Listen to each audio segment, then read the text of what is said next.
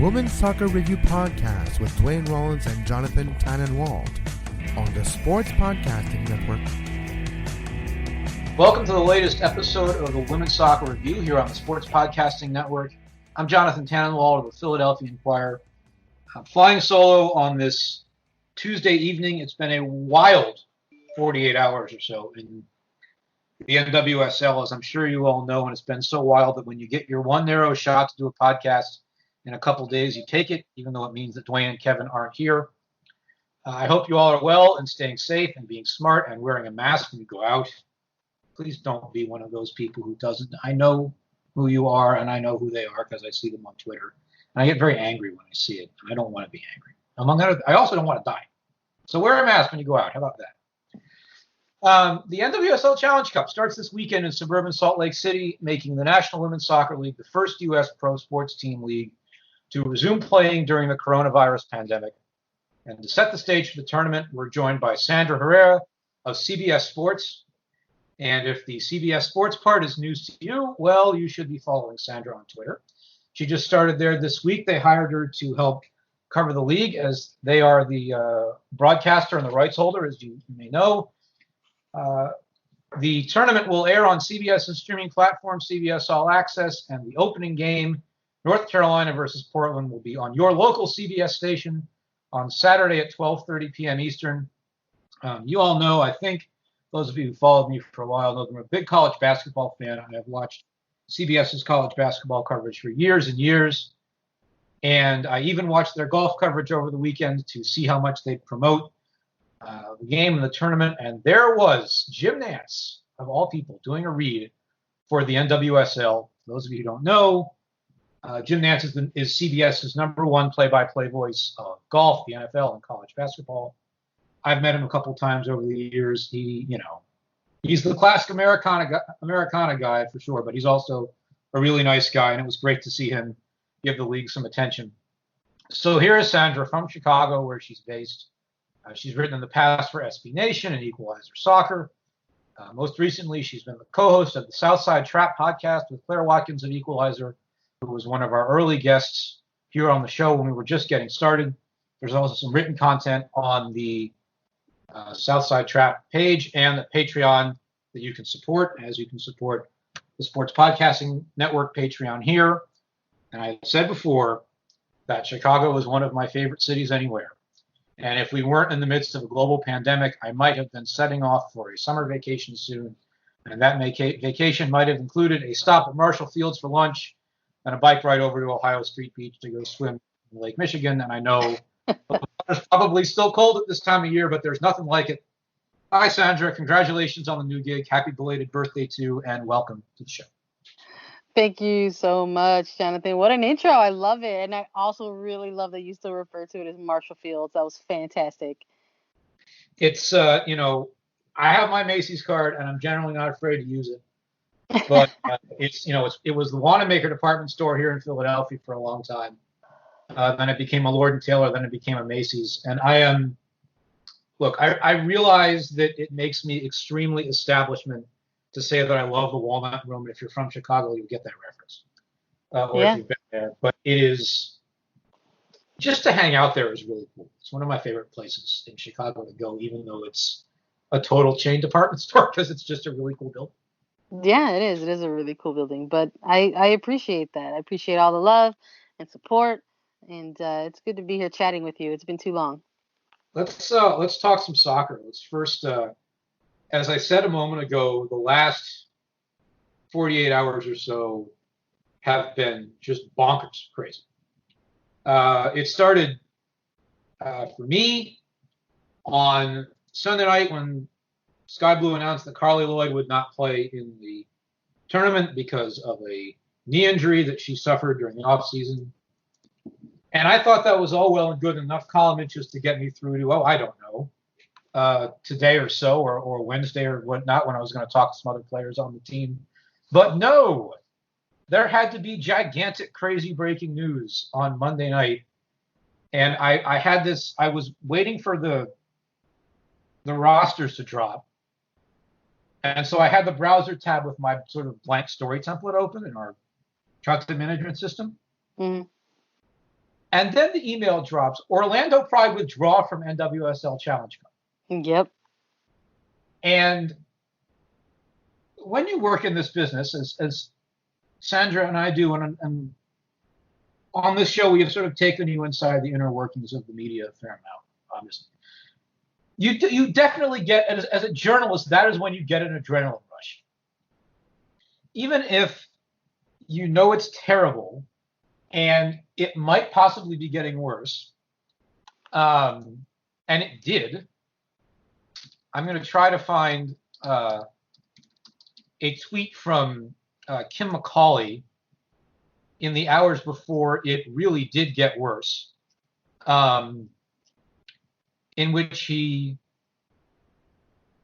sort of sent up this emergency warning shot. Let's see here. I'll find it eventually, because basically, and I'll just say that I'll just piggyback on that and say that if you can't find the tweet, and you should just be following Kim McCauley. Period. Yes. She is a great Twitter follow for soccer in general, but B, especially women's soccer. Oh, absolutely. And it was something along the lines of, whatever you think you've seen so far, you're about to get really angry. Yeah. And I think she might have deleted the tweet actually once the news got out, so as to not, keep scaring people.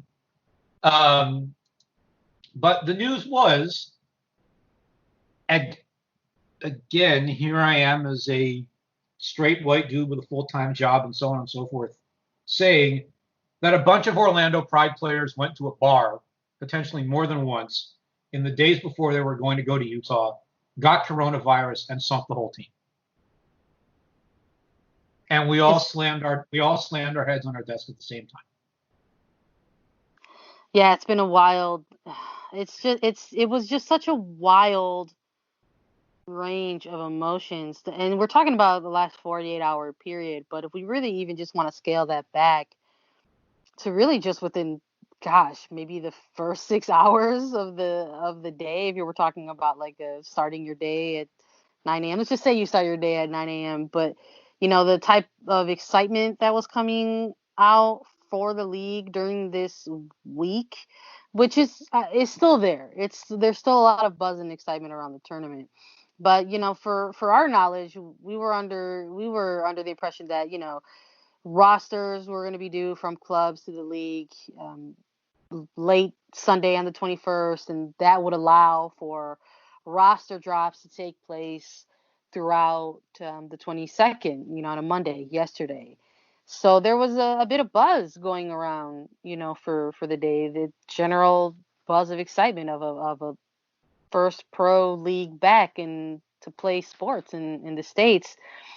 And then all of a sudden the day just got a little bit later and later, and it got into the afternoon hours, and there were no roster drops, and there were some questions and rumblings happening, and maybe there was some tweeting, as we've already alluded to, and then boom, it hits you and you see the release, and you quickly go from this sort of sinking feeling, right? Because it's just terrible. It's just terrible. Like we're living in a time that so many of us have never been through before, and we're experiencing so many things for the first time, and experiencing really like new kinds of fears together. So hearing that, for me, this is an I feel statement. I can't speak for anyone else. But for me, my initial reaction to that was just general sadness. I just felt so bad that a outbreak of coronavirus had occurred amongst an NWSL club, because it had really felt like, from the outside perspective looking in, and even within covering it, that the league under the new leadership of new commissioner Lisa Baird was really trying to implement some really great structure around making sure this tournament kind of went off without a hitch. And what we now know, due to some great reporting from some of our colleagues, is, that unfortunately couldn't go off without a hitch, because it's difficult. It's just outright difficult when you're trying to structure something for a league, even with a small and growing league like NWSL with 9 clubs. They're located in all different kinds of states throughout the country, so it was just difficult to sort of have certain regulations in place, knowing that certain states have different regulations within their state. So guidelines are going to be different in a place like Florida compared to a place like, the New Jersey, New York metro area, or Chicago, or Pacific Northwest areas. So it's just, the initial reaction for me was just general sadness. And then obviously quickly you're just kind of like, oh geez, like with the tracing and everything, there wasn't any type of connection towards trainings or club environment. It started kind of coming out that it was potentially, outside social gatherings with certain potential club players and staff and stuff like that. So it's just so unfortunate. But at the same time, it's absolutely the right call. This team had to withdraw. They had to. And it's just unfortunate that for other players, that choice was made for them. The opportunity to play was actually taken away. So it's those of us who are in other parts of the country like to poke sticks at the state of Florida, and some of them are well earned.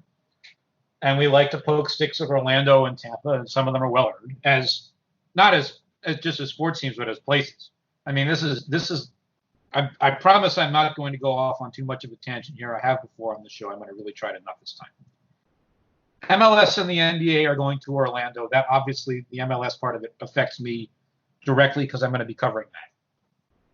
Tampa, which is 2 hours down the road, the Philadelphia Phillies had an enormous, not enormous, but a very bigger than the Pride, coronavirus outbreak among their players and staff who make their off-season homes in the Tampa area because that's where their spring training is. Bradenton, which is about an hour south of Tampa, is where the WNBA is going to be. So it's all happening right there. And then you had, as you mentioned, all the people on the Pride who did it right. And this is as not good, sorry, as this team has been on the field over the years. If that's a point of fact, it just is. You still read this roster and see Leroux, Krieger, Harris, Sonnet, Marta, Kennedy, Riley, Moore, Emsley, and so on. It took a huge amount of star power out of this thing, and that's the statement of fact, isn't it? Yeah, absolutely. I think you just have to sort of echo what some of the players who have taken the time to actually speak out, because not everybody has. But a player like Sydney Leroux, who literally said that this news was heartbreaking, and Sydney Leroux is a very prolific player. You're talking about a World Cup champion, somebody who spent time with the United States women's national team, and over the last few years is maintained her professional career while, becoming a mom, which is the hardest job on earth, and throughout all that has wanted to maintain a club career despite not necessarily being as prolific player as maybe she might have been in prior years. So it is. I think she, said it best. It really is heartbreaking. It's just unfortunate. So I was earlier Tuesday. I was on Glenn Crooks' show, who has a lot of connections with Sky Blue FC because he used to be the coach at Rutgers, and he works for Sirius XM. And he had me and Jeff Kassouf and of Equalizer and Julia Poe of the Orlando Sentinel on the show, and we were talking about a bunch of stuff. And this came up on that show, and it came up on Monday night and Tuesday morning. And I want to get your opinion on it. And it's a difficult subject for me to address. It's probably a difficult subject for any of us to address. But I think it bears addressing because it is something that happens in sports, and this is sports. A baseball team or a hockey team or a football team or a basketball team or even a soccer team with a men's soccer team that has good money to pay players will say, here's $2 million. For this $2 million, there are things that you cannot do during your time off. And if you don't do them, you will get your $2 million and you will get to play your sports. That dynamic doesn't exist in the same way in the NWSL because the salaries are not as high. But I wonder, and you obviously know the Red Stars very well, you're a very tight locker room, and you and I both have traveled around the league our fair share and dealt with a lot of different teams. And I don't say this as an indictment of people, although I'm sure people take it that way. Does culture have an impact here in that here is a situation where there was not quite that kind of structure in place to, I will almost say from a psychological side, that the players wouldn't want to do that in the week and a half, 2 weeks before they leave? Is that fair or is that not fair? I don't know if it's fair or unfair. And, I don't know if we can honestly sit here on this podcast and say for sure, or if it's concrete that it was absolutely indicative of the culture in Orlando or for the Pride or lack of, culture. I don't know if we can actually sit here and say that that's something concrete. But what we can say is that it definitely does open up the window to that debate. Because by what's been reported and what's been placed out there, there's, again, a lot of speculative things potentially that it was surrounding a number of younger players on the team. And without concrete, anything in regard to, things, literal legal things like HIPAA and stuff like that, there's some things that we may or just may not know. Now, if we're just talking hypothetically in regards to team cultures and veteranship and youth and things like that, I think that's a reasonable conversation to have. I think that teams, similar to if we're just talking about the pandemic, you're looking at places that were maybe cities and states who were tried to be aggressive and tried to get in front as much as they possibly could in front of this pandemic. And then you got to wonder about maybe that concept into NWSL and teams and places that were trying to do that, but that's also unfair to maybe players and staff who were, respectfully adhering to the guidelines that were put in place by not just their club, but by really the league, so much time and effort and planning was placed into this. And, Jonathan, I know you and I have heard tremendous things, many things, like almost endless compliments about Lisa Baird. And yes, and the fact that her leadership has, again, we're talking about getting ahead of things. Her leadership has been more than necessary. It's been crucial during this year. So,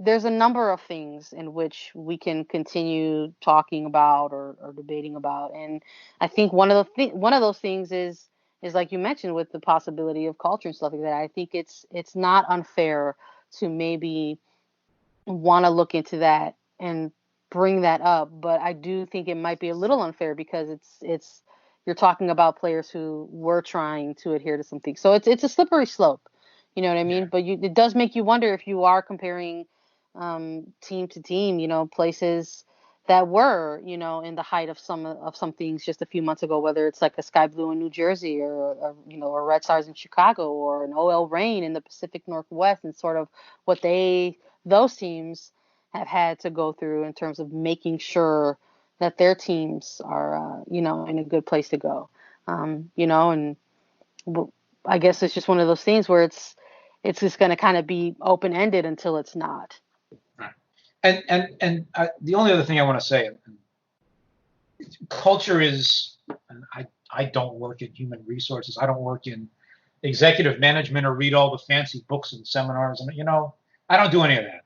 I'm me. I'm here. But it is individual, it is on the individual, not just on the collective. There's a lot of layers to it. You have to want it. You have to want to create the culture, and then you have to want to accept the culture. It's multi-layered and multi-directional and all that stuff.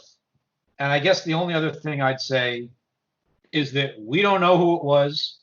At least as far as I know, you don't know who it was. I don't know who it was. And if you're sitting out there listening as one of those people saying, "Oh, but I do know who it was," my response would be, "I'm not so sure you do know who it was." Both from what I've seen and what I've heard, and just my own sense of, hey, you might not actually know who it was. So be careful if you would. Because I don't think you'd want somebody doing it to you if you were in that situation. And I do want to talk about much happier things if we can. Let's do it. I have the rosters here on the page of the people who are going. And for those who haven't heard yet, there were actually not a lot of opt-outs. There were really only 3 players league-wide who opted out: Megan Rapinoe, Tobin Heath, and Kristen Press. And there were 2 players, 2 major national team players, who have injuries and won't play because of that: Carly Lloyd and Mallory Pugh, and it happens that they both play for Sky Blue FC. Caprice Didasco, Sky Blue, and Alyssa Motz of Chicago won't play because of ACL injuries, and that is Motz's second straight year with an ACL injury, I saw. Yes, that is correct. She went out mid-season last year, just prior to the World Cup break in the NWSL season, with an ACL tear. So I have the rosters up here. And one of the things, and we talked about this in sort of the abstract when Annie Constable was on the show a couple of weeks ago. And I think it's even easier to do now that we know who's going to play and who's not. We are saying this on Tuesday night, we should be careful. As of now, there are going to be games, and there are going to be players playing soccer at Zions Bank Stadium in Harriman, Utah, out in the suburbs of Salt Lake City, where the Real Monarchs of the USL play and where Real Salt Lake's Academy is. And there are going to be opportunities for players to step up. And yes, everybody's going to want to watch the national team stars and so on. There's going to be opportunities for players who are not those stars to step up and play soccer and score goals and make tackles and make saves and do all the other things and get some attention and get some spotlight they will have earned by playing soccer well. And I'm good with that. And I think a lot of people, even though we're nervous about playing sports during a pandemic, it'll be good for those players who get those opportunities.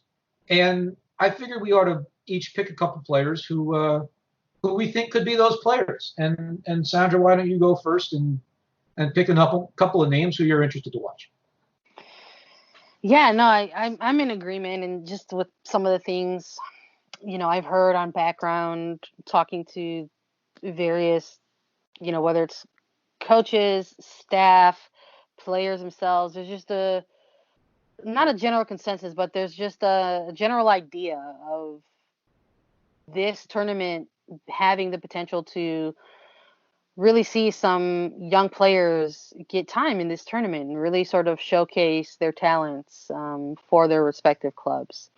So for me, having covered this league for X amount of years, I'm really excited for that, because I feel like we're entering this tournament. We're entering a year 8 for NWSL, and it's a league that's already, outlived its predecessors, and you have on certain teams a number of veterans, and it's so that just brings me so much joy to know that and to hear that we're sitting here talking and we're just like, there's a number of teams that have veteran players. We're at the point in women's professional soccer where we're talking about a new wave. That's amazing. And I just want to take a moment to celebrate that. And absolutely, with this tournament, I am really excited about potentially seeing this new wave, and I think this tournament specifically is going to be a really good opportunity for the 2020 and really the 2019 draft class to potentially showcase themselves. And it's so funny to think about because Jonathan, if you recall, like that 2019 draft class, there weren't a lot of people really buzzing about that class, as they were maybe this 2020 draft class, which is unfortunate because I really think, we're really going to see some talented players come up. I'm really looking forward to seeing players like Samantha Staub, Jordan DiBiase for the Washington Spirit, and see how they can build on what they really did for Washington in 2019, because you're talking about two players who really saw significant time on the pitch. They put together really strong seasons, and they ended up being, both of them, dual nominees for Rookie of the Year. So I'm really excited to see those two players in particular sort of see what they can do for their team in this tournament style format of a season that NWSL is going to have. I'm also really excited for Utah and Ziara King. I really think that she's already making some history with them, as being the first ever first round draft pick for them. And, it's been really cool to see what she's already kind of bringing to the team, just really both potentially in the locker room. It's funny to say that because it's like they haven't really had a game yet, but she's been very active on social medias, and she's a great social media follow if people are looking for players to follow. And she's been very proactive in, the fight for racial equality and promoting love and support for Black lives. And that's so important in the time that we're living in right now. And I'm really excited to see a player like her as well. And on the Red Stars, I think they're going to be one of those teams as well. Claire and I for Southside Trap Podcast, we just had a brief conversation today with head coach Rory Dames, who, all but has pretty much said that they're really going to try to utilize this tournament to give some of those younger players sometimes, which maybe you wouldn't think when you're thinking of top tier teams, whether it's like a Carolina or a Portland or Chicago, you're thinking, these are established teams with established rosters, and maybe we're not going to see that youth. But in a tournament style, you kind of, the coaches are kind of put in that position. So I'm really looking to seeing some of these young faces for the Red Stars as well, because, they, along with so many other teams, had announced, a bunch of buy-in from their national team players. You've got all the Red Stars U.S. national team players heading to Utah. You've got a slew of their veterans that are heading out there, and a number of 2019 and 2020 draft picks that are on that roster as well. So it's going to be an exciting time for those draft classes. I tell you what, you mentioned Ciara King, who I got to meet at the draft, and she's from the Philly area. I'm really looking forward to watching her play. My players are in a similar vein to yours, where you mentioned sort of the last two draft classes.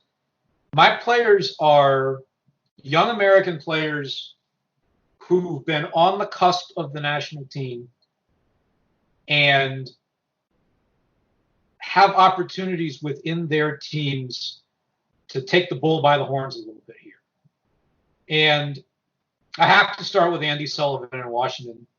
And you might say, not fair because she's already well established. Well, yes, I know she is. She was going to be the player. She's a great player. She was going to be the player who didn't go to the World Cup, who was going to go to the Olympics, and she might still be. And people would say, oh, she had an opportunity last year. Well, yeah, she did, but it was the World Cup, and rosters were getting upended here, there, and all over. Now she's got an opportunity to play with Rose Lavelle, and really those two put their stamp on games. And I'm looking forward to seeing that, because I think that Andi Sullivan is really good, as we all do. You mentioned Chicago, and that takes me to Savannah McCaskill, who was a big-time rising star for a while, and then kind of stopped. I don't enjoy saying that, but she hit a level and didn't get to a higher level by any number of circumstances. And I think she's gotten up. You mentioned the tournament format here. A bunch of games in close succession. You're going to need to use everybody on your roster. And Chicago's got an unbelievable midfield. But everybody's going to play. And I think McCaskill, again, as she has had before, is going to have a shot at, again, especially in the position that she plays, putting her stamp on things.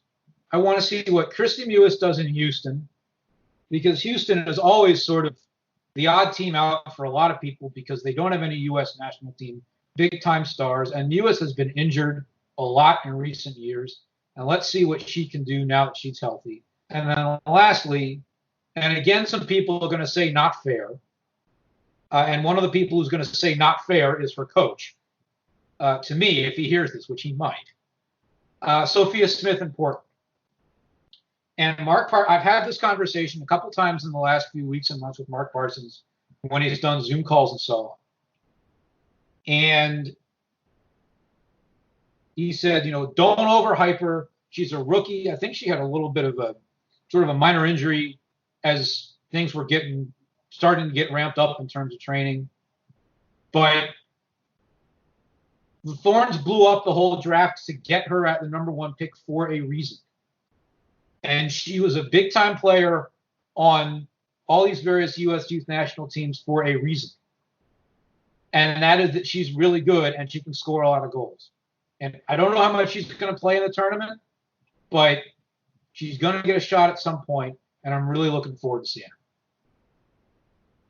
Yeah, I'm right there with you. I think those are some pretty significant players. Absolutely. While maybe they're not directly coming out of like a 2019 or 2020 draft class, those are still players who are important players to watch, especially when you're talking about players who are essentially part of that larger, women's national team pool, players who come in and out of camps various times depending on, what Vlatko Andonovski is looking for out of his training. So, yeah, I mean, there's going to be a lot of bodies on that pitch, I think, absolutely. There's going to probably be, there's been tons of discussions and game planning, I'm sure, by all coaches about how to be able to manage a tournament like this and under these special circumstances. And I wish, I don't want to linger on this forever because there's nothing that can be done about it. I do wish that there had been a way found for the Utah Royals to get Jennifer Marajan and Sarah Buhati, because it would have been spectacular for the league, for the Royals, for American soccer fans to see them in this league. It fell apart for a lot of reasons. There were some logistical issues, and some of them were caused by the coronavirus pandemic, which is a real shame. It sounded like they really wanted to come over here for a while, and maybe at some point they will. I don't know. But that would have been a lot of fun. And this show, Sandra, has been a lot of fun. Thank you so much for coming on. And I'm so happy that you've got this gig at CBS, and I'm really looking forward to seeing what you do. I appreciate the time, Jen. Thanks so much. Always fun chatting with you. Have fun out there. Thanks. And we'll be back. I don't know whether we're going to do a second show this week or not. I'm going to try to because there's so much to talk about. We'll see what happens, but we'll be here and around on the show throughout the NWSL Challenge Cup. Enjoy watching it, and we'll talk to you soon. So for Sandra Herrera of CBS and my colleagues Dwayne Rollins and Kevin Laramie, this is Jonathan Tannenwald of the Philadelphia Inquirer. Thanks so much for listening to the Women's Soccer Review here on the Sports Podcasting Network.